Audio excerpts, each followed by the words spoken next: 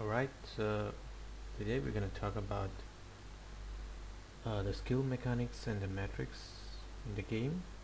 So we're also going to talk about the relation between the type of skills and which metric is better than the other. Okay, so before we begin, let's look at the types of skills that the heroes have. So if we go to Jafar, who is a artillery hero, he has onslaught skill type, leadership, and onslaught. So keep this in mind, all the artillery skills will have onslaught skill, and if we go to any tank hero, they will have active skill type, and leadership skill. And if you also go to infantry hero, they will have active skill type, active skill, and leadership. So now we see that tanks and infantry have only the active skill, and artillery only have the onslaught skill.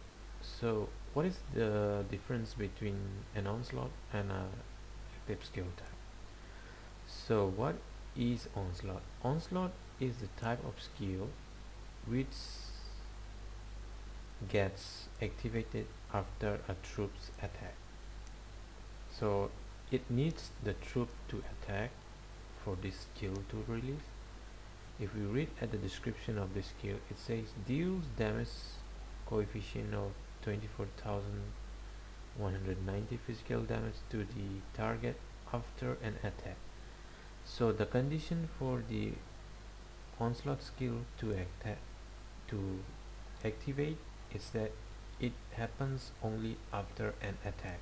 So let's say the Jafar team deals an attack, then Jafar has a 55% chance of releasing this skill called Sharp Rednet. So onslaught skills only works after an troop attack. So keep this in mind. While active skill does not has this unique condition of troop attack, it has a skill chance of 45%. It has a 45% chance to release in every round. Onslaught only activates after a troop attack. An active skill does not necessarily need a troop attack to activate. It only has a skill chance. So there's a difference between an onslaught and an active skill. Well, the leadership skill is different from these two skill types. Leadership skill is guaranteed 100% chance, and they are only released during a specific rounds like this, during round 1 and round 3.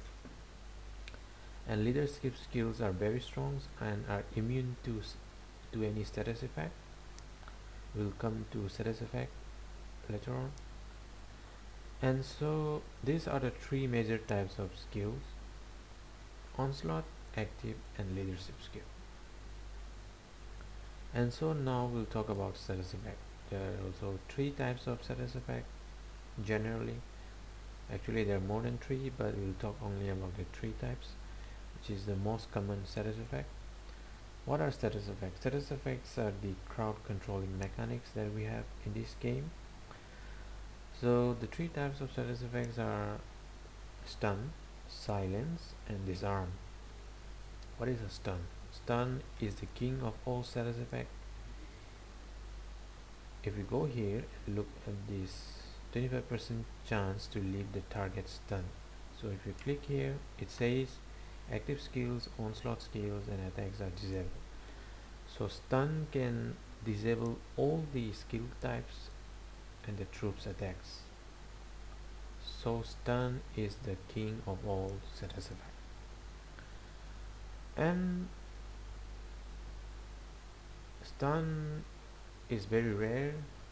I have not seen any other heroes apart from Toma and Kyuta that has stun capability. You have 30% chance to leave them stunned. None of the artillery heroes also have stun capability. No. No tank heroes also have stun capability. So it's a strange distribution for stun in the heroes. Only Thoma in balance heroes has stun capability, and I think stun is exclusive only to infantry, because since Kyuta has stun, in season X there's also one hero that also has stun capability. And so next status effect that we're going to talk about is the silence. So silence means tanks. All the tanks heroes, not all, most of the tanks heroes have silence capability. Nora has this skill called 0G, which can leave the two random enemy teams silence during round 1, 2 and 3. Very strong crowd controlling skill. Sam also has a silence skill. Yeah, 40% chance. And Vanguard does not have any silence skill. If you look here, no silence skill, no silence skill. Oppo is also another tank hero who does not have any silence skill. So for tanks, silence is very useful. So what does silence do? Is that silence disables the active skills. It only disables the active skills, but it does not disable the onslaught skill. So that is also the reason why tanks cannot win against artillery. And even if Zafar gets silenced, his skills will still get released. But if you look here, all the infantry have active skill. Hence, tanks can easily defeat infantry heroes. So silence only disables active skills but not works against onslaught skill. Keep that in mind. And the next status effect that we're going to talk about is disarm. If you go here and look at Kyuta 4th skill, it says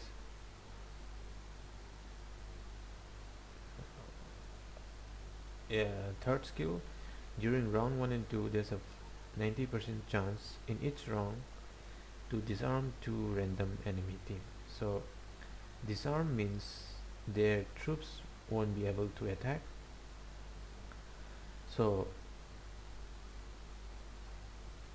you can ask like so how come artillery heroes cannot release their skills when disarm only disable the troops from attacking? If we go back and look at the unique condition of the onslaught skills can only activate after an troop attack. So if the troops are disabled from attacking, onslaught skills are entirely useless. They will not get released as long as they are disarmed. So that is also the reason why infantry counters artillery and cannot counter tanks. So disarm can still disable the tanks troops from attacking, but since the tanks have active skill, their skill will still get released even if they are disarmed. So there's the reason why tanks are strong against infantry and artillery are weak against infantry.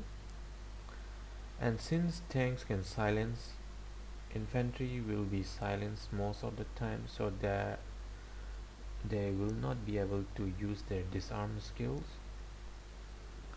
So this is the relation between silence, disarm, and also the relation between active skill and onslaught skill, and it also explains the counter mechanism between the three troop types, between artillery, infantry, and tanks. And so the next we'll talk about hero metrics. So if we go to any general hero, there are three types of metric. So for any general hero, just pick the last one matrix. The last matrix: increase active skill chance, increase skill trigger chance by 16% during round 1 and 2, which is a huge buff. So if you look at heroes like Magni, he has a very low skill chance of 28% at level 6, and I think around 33% or 35% at level 10. So if you add another 16%, it becomes a very good skill activation chance, like around 45% or 50. So for any general hero, just pick the last matrix. And for artillery, uh, I would say there are only two metrics that are worth considering. The first matrix, which has increased damage dealt against tank units and healing capability. It is extremely useless when you're fighting infantry troops, because most of the times your troops are gonna get disarmed, so you won't be able to use this healing skill. Since you are mostly disarmed, you won't be healing, so don't use this matrix. You either use the critical strike matrix or the double hit matrix. Double hit makes your troops to release 2 times to deal double damage. So when pair this with hero like Safia, it can increase your damage by like a lot. And for the critical strike matrix, I would recommend that you use heroes which deal burst damage. When I say burst, it means dealing damage in multiple instances. Heroes like Bakri or Jafar, they benefit mostly from critical strike. So yeah, you can either use this critical strike matrix or double hit matrix, but don't use this healing matrix. Okay, so next let's go to the infantry matrix. So for infantry, there's only one that I would recommend that you use all the time, and it is this restaurant directive matrix. So for this matrix, it increase your disarming capabilities by a lot. During round 1 and 2, disarm the target if the hero elite team is under attack. So most of the time they are gonna be under attack, so I would say there's more than 50% chance they will get disarmed during round 1 and 2. And if you look at this heavy fire dome skill, it says 90% chance to disarm all enemy teams during third round. 90% chance means all the time. So I would recommend that you use this restaurant directive matrix. You can also use the raise directive array if you don't care about disarming capabilities and just want to deal more damage or extra damage. So yeah, you can either use raise directive array or restaurant directive array, but I would recommend that you use restaurant directive array. And that's all for the metrics for infantry heroes. And for the tank heroes, all the three metrics have their own function: storm directive array, initiative, and balance. Briefly, storm directive is for infantry units. If you want to deal more damage against infantry units, just use this matrix. And the last skill of healing is not much useful, but it's okay. And the initiative directive array makes your heroes to deal large amount of damage in the first few rounds. Look at the skill, 24% damage increase, 30% damage increase. So for huge damage in the first few rounds, you can use this initiative directive array. But for this matrix, I would say you would need a special hero combos like Namelace and X57. And if you don't care about dealing damage and just want to be tanky and very buffy, then you can use this balanced directive array. It reduces damage from attack and onslaught skill, very useful against artillery. And if you look at the third skill, it says reduce damage by 16% when you're silenced, disarmed or stunned. And the last one is just a nice top up damage capability. It does not deal much damage, but it just few extra damage in each round. So yes, balanced directive array is mostly for defensive stuff. Initiative is for dealing huge amount of damage in the first few rounds. Storm is for infantry units. So yeah, you can choose all three of them based on your playstyle. I mostly pick balanced directive to fight all three troops types. It works against artillery, infantry and tanks also, but most people use this storm directive array for tanks. But this is just my playstyle, so I use balanced directive array. And that's all for the matrix. I think we've covered skill types and the relation between skill types, status effect, and the relation between status effect and skill types, and also about matrix, why you should choose this matrix and whatnot. And yeah, that's all for this video, and thank you.